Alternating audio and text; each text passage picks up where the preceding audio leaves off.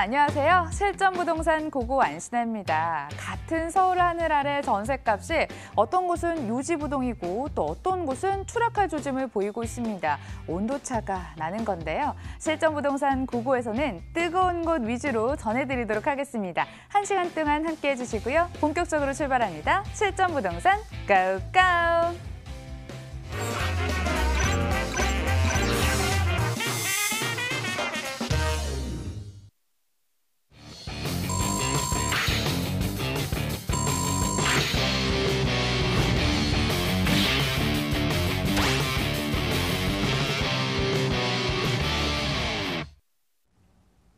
시장 분위기 점검하고 알짜 정보 만나러 떠나보도록 하겠습니다. 유재성 대표 나와 계시네요. 어서 오세요. 네, 반갑습니다.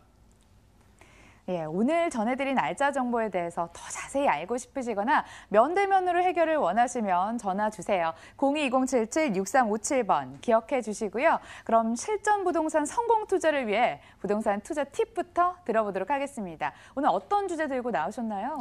네, 제가 그 수익 환원법으로 투자하라 뭐 이런 이제 주제를 가지고 제가 오늘 진행을 하고 싶은데요.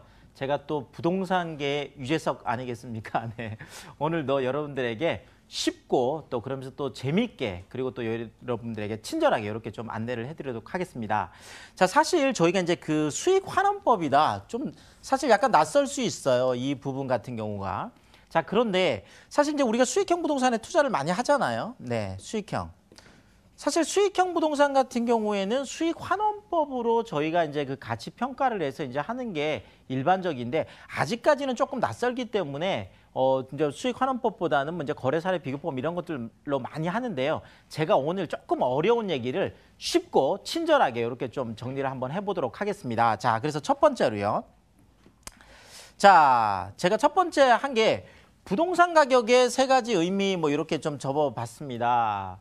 사실 우리가 부동산 가격, 뭐 부동산 투자 많이 하는 분들도 도대체 부동산 이거 가격, 네, 누가 정하는 걸까요? 네, 뭐 어떤 거는 뭐 똑같은 아파트인데, 네, 똑같은 브랜드에 똑같은 아파트인데도 뭐 3억이고, 네, 어떤 거는 지금 뭐 27억까지 가는 것들도 있죠. 네, 이렇지만 어떤 게 3억이고 누가 27억이고 뭐 누가 정하는 걸까요? 네, 일반적으로 부동산도 경제적 재화이기 때문에요.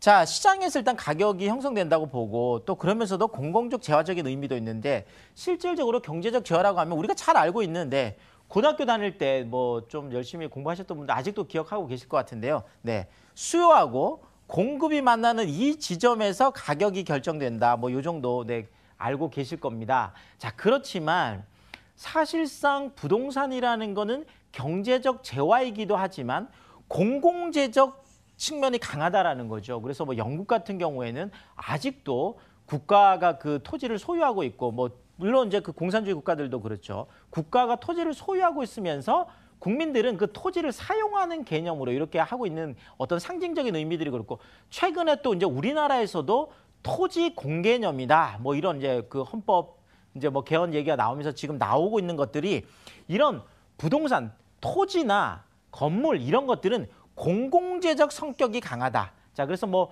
오늘 같은 경우도 보니까 이제 그 지금 반포 현대 같은 경우 재건축 초과이익 환수에 관한 법률 지금 얼마 나오느냐 뭐 이런 것들 계속 고민하고 지금 이제 발표가 다들 촉각을 곤두세우고 있는데 이런 것들이 뭐 재건축 부담금이라든지 또 뭐 양도세 뭐 많이 중과세 하는 거 이런 것들이 사실 부동산의 규제라는 게 부동산은 공공재적 재화의 성격이 있기 때문에 그런 것들이 다 가능한 거거든요. 뭐 토지를 수용하는 것도 마찬가지겠죠. 이런 측면이 있다는 걸 여러분들 아셔야 될 것 같고 또 하나가 부동산은 일단은 시장에서 거래가 됩니다. 네, 시장에서. 네.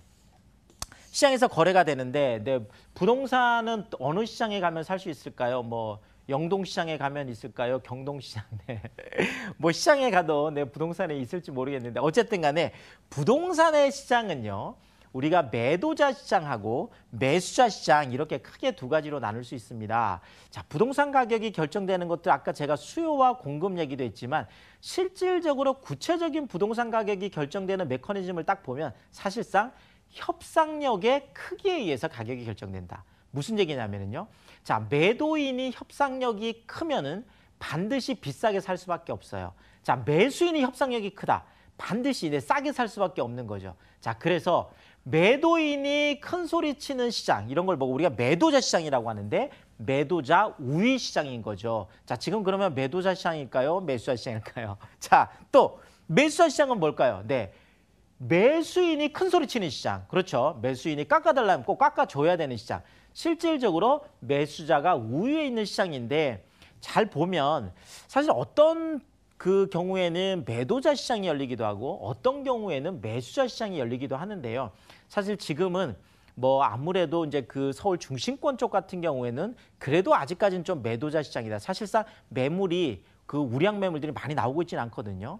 자, 그런데 지방 쪽 같은 경우에는 좀 매수자들이 오히려 큰 소리 치는 이런 시장으로 이렇게 좀 양분화되어 있다. 이렇게 보면 될 것 같습니다. 자, 그럼 간단하게 생각해 보면 이렇겠죠. 우리가 매수자 시장에서 좀 싸게 사다가 매도자 시장에다 좀 비싸게 팔면 뭐 당연히 남겠다 이렇게 생각할 수 있을 텐데 참 부동산이 이렇게 간단하지만은 않습니다. 더더구나 시장이라는 것도요. 같은 그 동네 안에서도 어떤 단지는 매도자 시장이 열리고 있는데 어떤 단지는 매수자 시장이 열리고 있을 수도 있어요. 자, 그러다 보니까 부동산이라는 거는 굉장히 국지적인 시장이다. 이제 부동산의 개별성들이 높아지기 때문에 그렇습니다. 자, 그러다 보니까 우리가 부동산 투자를 할 때도 사실상 뭐 그 주변만 보고 하는 것들이 아니라 그것이 가지고 있는 하나의 개별성까지도 꼼꼼히 따져봐야 되는 게 바로 이런 것에 있다 이렇게 말씀을 드리겠습니다. 자, 부동산의 가격이 결국 이렇다 보니까 자, 시장 가격이라는 거하고 이제 공정 가격이라는 게 있는데요. 시장 가격은 말 그대로 시장에서 그냥 형성된 가격일 텐데 공정 가격이라는 거는 사실 뭐 우리가 이렇게 생각하시면 편할 것 같습니다. 공시지가라는 말 여러분들 들어보셨죠? 네, 우리나라에는 50만 필지의 표준지가 있습니다. 토지를 평가할 때요. 자, 그러면 매월 1월 1일 날 국토교통부에서 표준지 공시가격을 발표를 하고요. 이 표준지 가격을 기준으로 해서 내가 가지고 있는 토지가 이 표준지보다 좋으면 플러스, 이 표준지보다 좀 나쁘다 이러면 마이너스, 플러스 마이너스에서 개별 공시지가라는 걸 보통 일반적으로 우리가 4월쯤에 이렇게 받아보게 되죠. 자, 주택 같은 경우에도요. 표준주택이라는 게 있어서 표준주택 가격을 한 다음에 개별주택 가격을 하게 되고 공동주택, 아파트 같은 경우에는 하나하나당 다 평가를 하는 이렇게 해서 실질적으로 공동주택 가격을 또 공시를 하고 이렇게 합니다. 이런 것들을 보고 우리가 공정가격이다 이렇게 하는데요. 사실 시장가격이라는 거는 자, 누구는 뭐 예를 들면 비싸게 사고 누구는 싸게 사고 이렇게 했다라고 해서 우리가 세금을 부과할 때 싸고 비싸고에 따라서 재산세를 이렇게 할 수는 없잖아요. 자, 그러다 보니까 뭔가 공정한 가격이 필요하다. 이런 공정 가격을 매기는 사람들이 있죠. 바로 감정평가사들이라는 어떤 전문 직종인데요. 이 사람들이 어떻게 지금 그 부동산 가격을 평가하는지 제가 조금 말씀을 드리면은요. 자, 이렇습니다. 자, 부동산 가격을 평가하는 세 가지 방법이 있는데 첫 번째가 이제 원가법이죠. 네. 말 그대로 이제 부동산에서 원가는 뭘까? 말 그대로 땅값이죠. 네.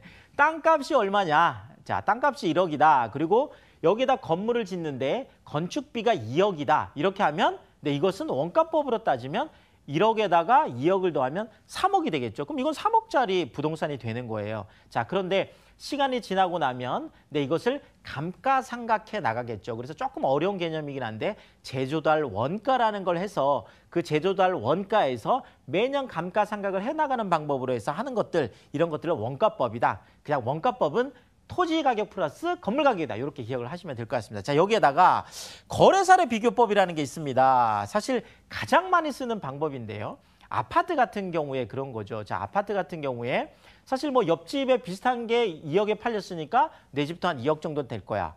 옆집이 2억 하던 게 5억으로 뛰었대. 아, 그럼 내 집도 한 5억 정도 하겠지. 이렇게 거래 사례들을 가지고 이렇게 하는 방법을 우리가 거래 사례 비교법이라고 하는데 실질적으로 이 안에도 이제 사정 보정이라고 해가지고요. 뭐 어떤 특이한 어떤 거래들이 있겠죠. 이런 것들은 빼는 이런 방법들이 있는데 어쨌든 간에 옆에서 얼마나 거래가 되는지 보고하는 방법이 바로 거래 사례 비교법이다. 이렇게 보시면 될 것 같습니다. 자, 마지막 제가 오늘 얘기하고 싶은 방법이 바로 수익 환원법이 되겠는데요. 수익형 부동산은 다 수익 환원법으로 하는 게 맞습니다. 자, 그런데 아직까지 우리나라는 수익형 부동산도 이렇게 거래 사례 비교법에 의해서 얼마 팔렸으니까 얼마 이렇게 하는 것들이만 제가 오늘 그걸 한번 말씀을 드리도록 하겠습니다. 자, 보면은요. 자, 제가 예를 들어서 지금 제가 이따 그 추천 매물 시간에 이제 할 건데 그 염창역 쪽에 그 염창역이 이제 급행역이 서는 데인데요. 여기에 있는 오피스텔인데 이 오피스텔 원룸 오피스텔이 1억 5천만 원이에요. 네.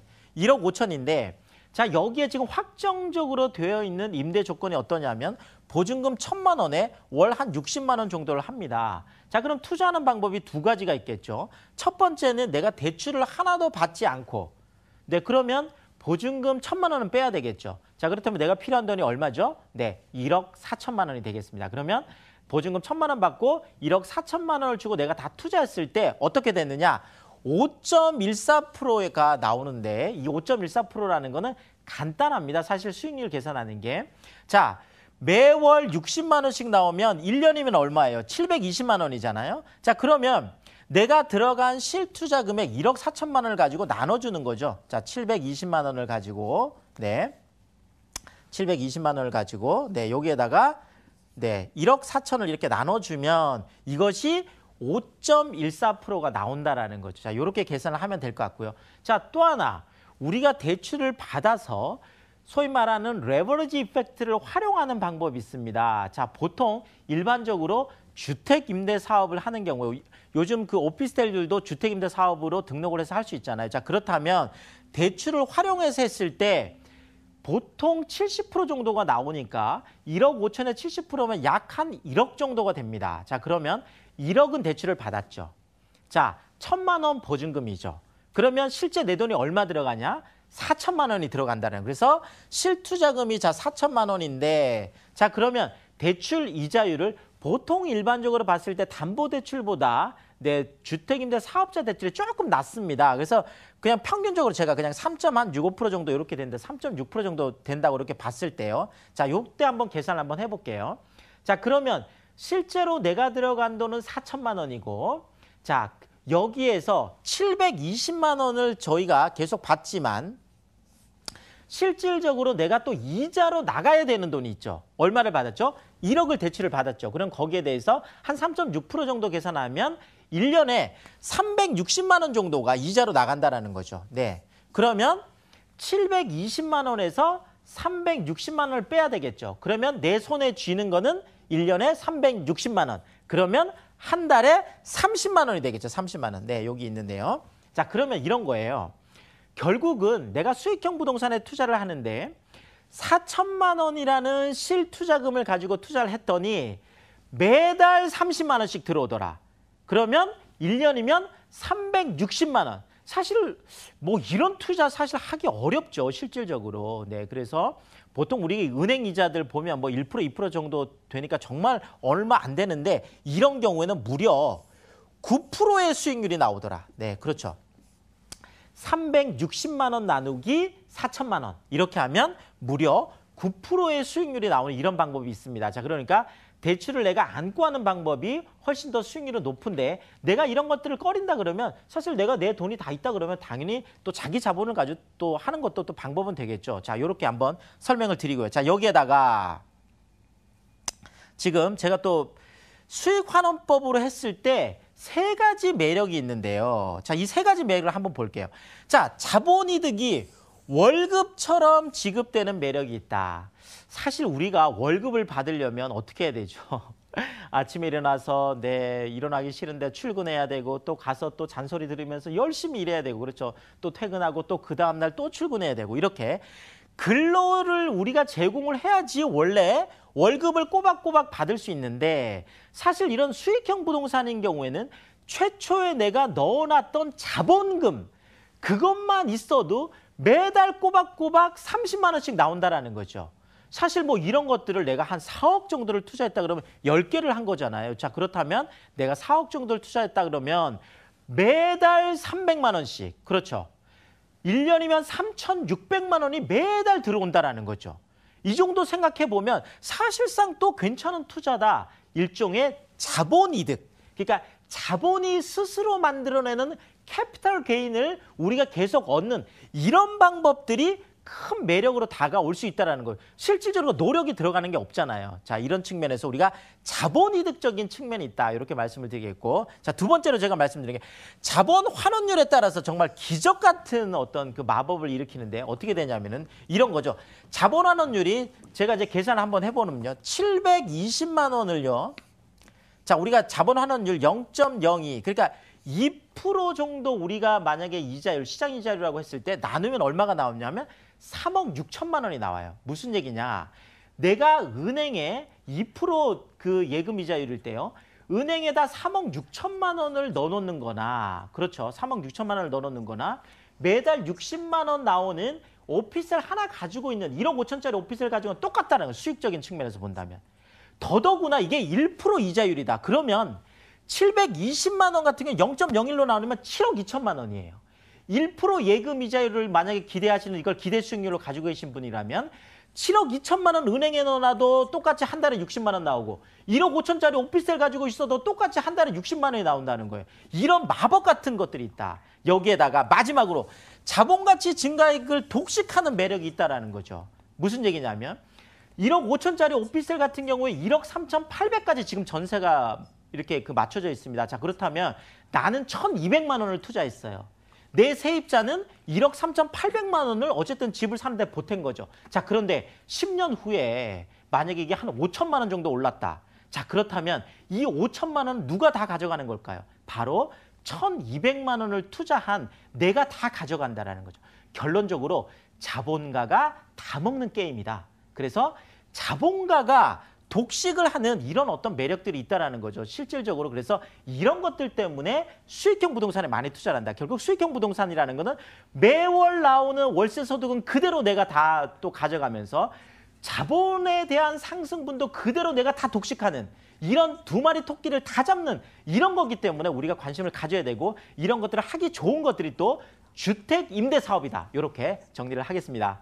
자본가가 될 수 있다. 자신감을 가져보면서 부동산 전략 더 꼼꼼하게, 더 세밀하게 세우고 싶으신 분들 오프라인 일정도 챙겨오세요. 유재성 대표의 무료 세미나를 안내해드립니다. 서울 중심권을 바탕으로 소액 투자 전략 짜드리는데요. 매주 토요일 오후 1시에 삼성역 5번 출구 인근으로 가시고요. 0220776357번으로 예약 주시면 됩니다. 시간상 못다한 이야기는 세미나에서 이어가도록 하겠습니다. 많이 기다리셨죠? 지금부터는 생생한 현장으로 떠나볼게요. 첫 번째 물건 소개해드립니다. 서울시 강서구 염창동에 있는 오피스텔입니다. 9호선 염창역에서 도보 2분 거리, 2018년 1월에 준공이 됐습니다.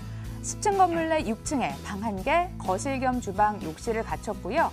매매 금액 1억 5천만 원, 전세 시 보증금 1억 3,800만 원, 이를 활용했을 때 실투자금 1,200만 원 예상되고요. 월세 시 보증금 1,000만 원에 월 60만 원, 대출 예상 금액 1억 원 활용했을 때 실제 투자 금액 4천만 원 예상되는 곳입니다. 예전에는 강서구 어디쯤 있는 동네 이렇게 기억을 하셨다면 요즘에는 집값 많이 상승하는 곳 이렇게 또 화제가 되더라고요. 도대체 입지여건 개발 호재가 어떻길래 그런 거죠? 네, 우리 앵커님이 정확하게 알고 계시네요. 네, 최근에 정말 마곡의 힘이다 이렇게 할 정도로요. 지금 마곡 쪽이 엄청난 강세를 보이고 있는데 뭐냐면 마곡 이 하나가요. 강서구 전체 집값을 전국 1위까지 올려놓는 지금 완전 기염을 토하고 있습니다. 이제 그 이유가 4월 달에 이제 LG 사이언스 파크가 이제 개장을 해서 이제 들어가기 시작했고요. 또 여기에다가 지금 코롱 같은 경우에도 이미 4월에 이제 개장을 해서 지금 들어갔잖아요. 롯데 같은 경우에는 이미 지금 작년에 이미 들어가서 연구를 하고 있고요. 여기에다가 지금 겨우 만 7천 명 정도 들어갔는데 이 정도인데 앞으로 이쪽이 한 16만 5천 명 정도가 들어오는데 엄청난 것들이 들어오죠. 자, 그렇다면 이렇게 마곡이 계속 좋아지고 있는데 자, 그럼 마곡이 좋아지면 이 좋아지는 곳에서 그 영향을 받아서 할 수 있는 그 입지가 어딜까요? 바로 이런 염창역 같은 입지거든요. 염창역이 왜 이렇게 중요하냐? 자, 일단 부동산의 황금 노선, 네, 9호선이 되겠습니다. 부동산의 황금 노선이죠. 왜 그러냐면, 자, 염창역 같은 경우에 바로 한정거장, 그러니까 올라가서 그 급행이기 때문에 지금 마곡 나루역 쪽에 급행이 생기면 딱 두 정거장 가면 되는 거거든요. 자, 그리고 김포공항까지도 세 정거장이에요. 여기에서 염창역에서 지금 당산역까지 2호선까지 이용할 수 있는 데가 영등포죠. 지금 3대도심에 들어와 있는 여기까지 한 정거장이죠. 지금 여의도까지 2정거장이에요. 무려 강남까지도 6정거장밖에 되지 않고 국제교류 복합지구가 들어오는 그 잠실까지도 8정거장밖에 되지 않는 게 바로 염창역 같은 이런 급행이선은 바로 이런 곳이다. 이렇게 보시면 될 것 같습니다. 그래서 염창역에서 딱 도보로 2분 거리니까 정말 나오자마자 있는 바로 그런 입지가 되겠고요. 여기에다가 지금 이런 것뿐만 아니라 지금 바로 아래쪽에는 목동 스마트시티라고 해서 이쪽에 53,300세대로 지금 재건축이 일어나고 나면 엄청난 변화들이 있겠죠. 자, 지금 여기 보이는 여기 요 빗금 제가 친 요 부분이 올림픽대교가 지금 요렇게 지금 건설 중인데요. 지금 벌써 다리발은 다 섰잖아요. 이게 2020년에 지금 개통이 되면 상암까지 바로예요. 여기에다가 지금 홍대 쪽 이쪽도 굉장히 가깝죠. 자, 이러다 보니까 염창역이라는 곳이 자세히 들여다보면 이런 것들이 다 들어오는 아주 중심 입지에 있는 곳이 바로 염창역 같은 곳이다. 이렇게 말씀을 드리겠습니다. 제가 개발 호재까지 조금 짚어드리겠습니다. 자, 일단 마곡지구에 입주가 시작이 됐어요. 자, 상주 인원이 16만 5천 명인데 17,000명 들어왔는데 이 난리인데 그렇죠. 네, 앞으로 이쪽에 이랜드 들어오죠. 넥센 들어오죠. 귀뚜라미 지금 그쪽에 벌써 막 짓고 있잖아요. 이런 것들이 다 들어오면 마곡은 정말 한국의 실리콘밸리처럼 이렇게 많이 바뀌고 있다. 그래서 마곡을 믿고 좀 투자를 할 필요가 있겠다. 이렇게 말씀을 드리겠습니다. 사실 판교 같은 경우에도 그렇고요. 일자리가 많이 늘어나는 곳에는 부동산 가격이 상승할 수밖에 없다라는 거죠. 자, 더더구나 지금 마곡 같은 경우에도 지금 이미 그 오피스텔 원룸들이 최초에 한 1억 한 5천, 6천 정도 분양했던 것들이 지난해 말에 한 1억 8천 정도 됐고요. 이미 2억 2천까지 올라갔어요. 이런 부분들을 우리가 좀 봐야 될 것 같고요. 자, 목동 14개 단지 35층으로 해서 이게 스마트시티라는 게 그런 거예요. 앞으로 이쪽에 사물 인터넷으로 해서 도시 전체 다가 미래형 도시가 생긴다라는 거죠. 내 바로 아래. 그러니까 염창역이 왼쪽으로 가면 바로 염창동이고요. 오른쪽으로 출구가 나오면 바로 목동이에요. 그러니까 염창동하고 목동하고 바로 있는 그런 지역이 되겠습니다. 여기에다가 염창역 같은 경우에도 보면 그 염창동 쪽에 지식산업센터들이 여기가 지금 중공업 지역들이 많거든요. 이미 지식산업센터들이 많죠. 이 직주 근접 수요도 볼 수 있고 마곡, 여의도, 뭐 아까 보셨던 홍대 여기까지 다 해서 여의도까지 해서 바로 그 낀 지역으로서 쌍방향 수혜를 다 볼 수 있는 그런 호재들을 갖고 있다. 이렇게 말씀을 드리겠습니다. 마곡 파워, 이름만 들어도 알만한 대기업들이 속속 입주를 하면서 일대 가치를 좀 끌어올렸군요. 기대를 해보도록 하겠습니다. 이번에는 건물 경쟁력 따져보고 싶은데요. 내부 굉장히 고급스럽게 지어졌다고 들었습니다. 네, 뭐 와보신 것 같습니다. 네, 맞습니다. 사실 그 이미 준공이 완료가 되어 있기 때문에 이제 후분양을 하고 있어서 뭐 세입자들도 거의 맞춰져 있는 경우도 많고 이러니까 아무래도 안전하게 투자할 수 있겠죠. 그리고 또 내가 직접 올라가서 뭐 옵션들 여기 있잖아요. 뭐 에어컨도 있고 뭐 TV도 있고 이렇다 하는데 정말 이런 것들이 다 꼼꼼하게 잘 갖춰져 있는 이런 것들도 꼼꼼히 다 확인을 할 수가 있겠고요. 제가 처음에 이쪽에 그 방송을 하기 위해서 임장을 갔다가 깜짝 놀랐습니다. 사실 오피스텔 하나 지으면서요. 단지 안에다가 지금 요 그림에도 조금 보이는데 이게 소나무거든요. 네. 아니 세상에. 소나무 정원을 만들어놨어요. 소나무 정원을. 네, 너무너무 예쁘게 소나무 정원을 만들어놔서 제가 예쁜 오피스텔이다. 네, 사실 이쪽에 보면은 그 김포공항 쪽에 뭐 승무원들이라든지 그 LG연구원 쪽에 이제 석박사들 이런 분들이 굉장히 많습니다. 그 또 수준이 좀 높다라는 거죠. 그 좀 고급 인력들이 또 많이 들어오기 때문에 이런 쪽도 우리가 좀 주목을 해서 볼 필요가 있겠습니다. 한 번 더 말씀드리지만 염창역 9호선 급행이선은 염창역에서 도보로 딱 2분 거리에 있는 희소성 높은 원룸이다. 이 지역에 지금까지 이런 원룸 오피스텔 공급이 없었다는 것 다시 한번 말씀을 드리겠습니다. 네, 안정적으로 수익을 가져다 줄 만한 물건인지 이야기를 들어보셨다면 이번에는 가격적으로 또 매력 있는 물건인지 들어보고 싶습니다. 신축이라 가격 부담 있는 건 아니죠. 뭐 아무리 또 좋으면 뭐 하겠습니까? 내가 살 수 있어야 되겠죠. 뭐 이렇게 개발 호재 다 들으니까 염창역 주변을 다 사드리고 싶지만 뭐 돈이 좀 부족하다는 거. 그래서 딱 하나만 제가 말씀을 드리면은요. 네, 1억 5천입니다. 제가 아까 말씀드렸듯이 이미 마곡 쪽에는 원룸 똑같은 것들이 2억 2천까지 올라가 있습니다. 자, 굉장히 가격이 좋고요. 자, 전세가 이미 확정적으로 1억 3,800까지 이렇게 맞춰져 있다 보니까 전세 안고 투자를 하시면 1,200만 원의 소액 투자를 할 수 있다. 정말 1,200만 원 가지고 할 수 있는 게 뭐가 있을까요? 네, 그래서 1,200만 원 가지고 정말 딱 요 돈만 가지고 투자를 할 수 있고 월세가 또 높게 형성이 되어 있죠. 네, 보증금 1,000만 원에 월 60만 원까지 높게 형성되어 있어서 당장 월세를 받을 수 있는 그런 매물로 소개를 하겠습니다. 시세 대비 가격이 잘 나와 있다고 말씀을 해주셨는데요. 정말 그런지 주변 시세 한번 비교를 해보시면서 접근을 해보시길 바라겠습니다. 여기 대표님 어떤 점은 유의하면서 접근을 해야 될까요? 네, 늘 말씀드리지만은요. 사실 뭐 제가 딱 도보 2분 거리라고 했는데 정말 와서 딱 걸어 보시면 좋겠습니다. 그러니까 임장이 굉장히 중요하다는 거 말씀을 드리겠고 또 하나 늘 말씀드리는 거, 네, 빚내서 투자하지 마라. 1,000만 원도 좋고요, 2,000만 원도 좋고요. 내가 가지고 있는 소액을 가지고 내가 당장 접근할 수 있는 것들을 해야지 당장 시작을 할 수 있거든요. 계속 뒤로 미루다 보면 아무것도 할 수 없다라는 거, 요거 좀 강조를 드리겠습니다. 계속 좀 뒤로 미루시지 마시고 현장 방문해 보시길 바라겠습니다. 염창동에 위치한 오피스텔 정보 만나봤고요. 자세한 정보 화면으로 다시 한번 정리해 볼게요.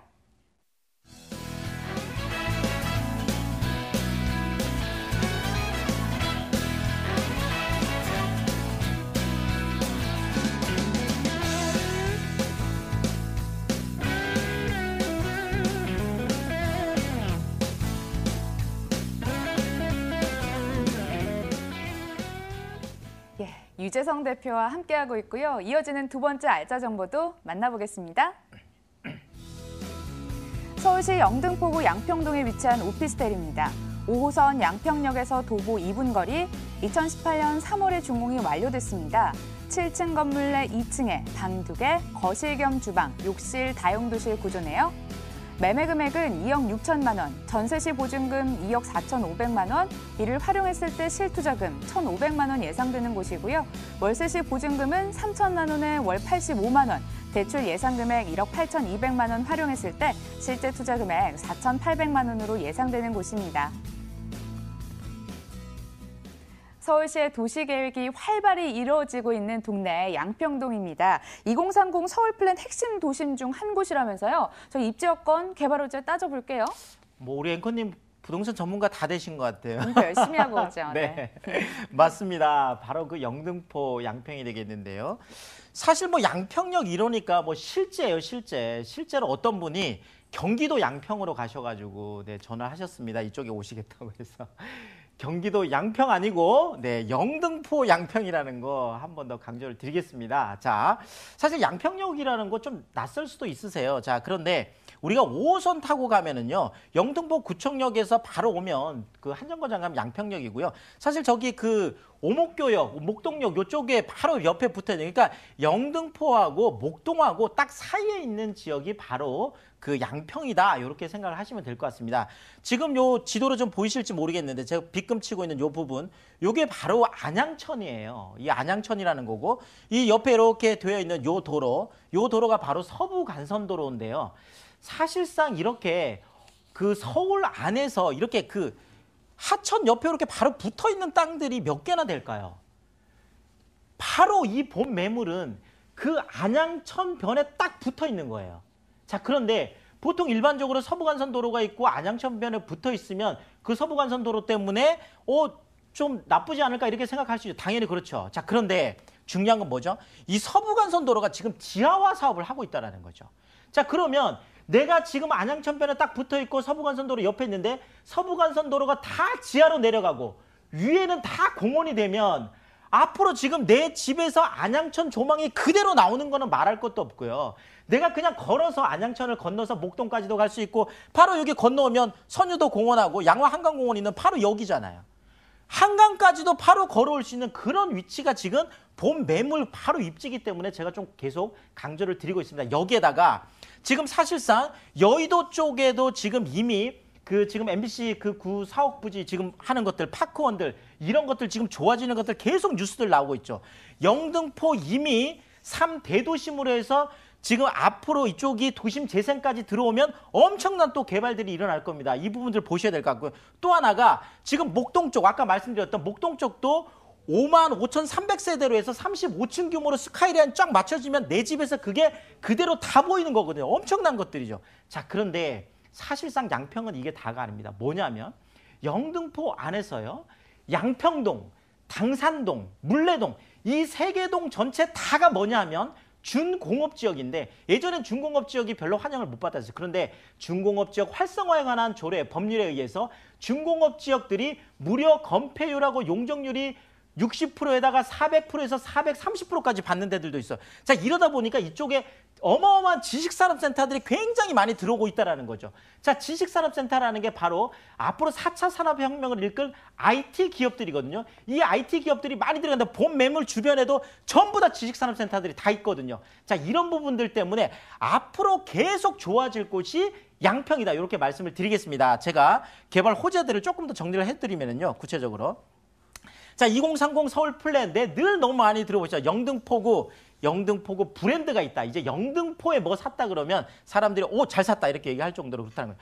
영등포 지식산업센터 전성시대 이미 40개 정도가 들어와 있고요. 본 매물 바로 옆에도 지금 코스트코라는 그 큰 할인점이 있는데 그 옆에도 지금 그 큰 지식산업센터가 아직 땅도 안 팠는데 이미 다 분양이 될 정도로 굉장히 각광을 받고 있습니다. 서부간선도로 지하화하고 제물폭길 지하화 이미 제가 말씀을 드리겠습니다. 여기에다가 목동하고 이 바로 그 영등포 쪽에 끼어 있다 보니까 목동이 좋아지면 계속 목동에 또 수혜를 받겠죠. 영등포가 좋아지면 계속 영등포 수혜를 받겠죠. 그러니까 이쪽이 좋아지면 10년, 이쪽이 좋아지면 10년, 앞으로 10년, 20년 계속 좋아질 때가 바로 양평 같은 곳이다. 이렇게 정리를 하겠습니다. 예, 시장에서는 도심재생 사업이 화두잖아요. 이 화두에 발맞춰서 트렌드를 몸으로 체감할 수 있는 그런 동네가 아닐까 이런 생각이 듭니다. 이번에는 건물에 좀 초점 맞춰볼게요.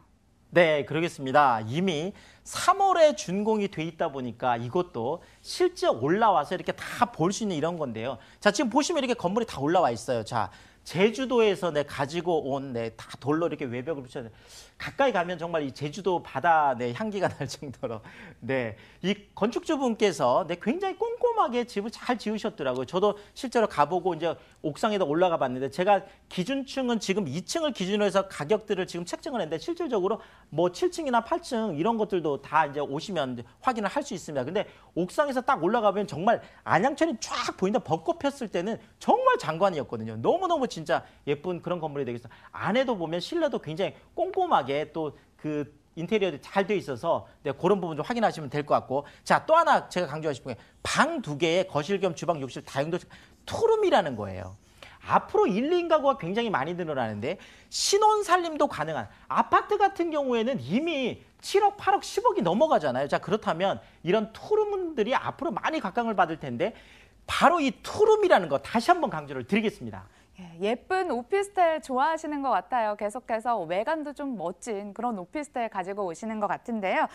그런데 이곳 가격도 잘 나와 있을까요? 네, 그렇습니다. 이미 영등포 쪽 아시겠지만 매매가가 2억 8천, 3억까지 투룸이 넘어가 있습니다. 자, 근데 2억 6천 굉장히 좋은 가격이라는 거 다시 한번 말씀을 드리겠고 당연히 전세 높게 형성되어 있죠. 2억 4천 5백까지 높게 형성이 되어 있다 보니까 당연히 1,500만 원으로 이런 좋은 쪽에 투룸에 투자할 수 있다는 거 다시 한번 말씀을 드리겠습니다.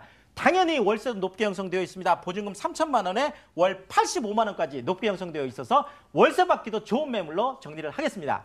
영등포구 양평동에 위치한 오피스텔 정보 만나봤고요. 자세한 정보 화면으로 다시 한번 정리해 보시죠.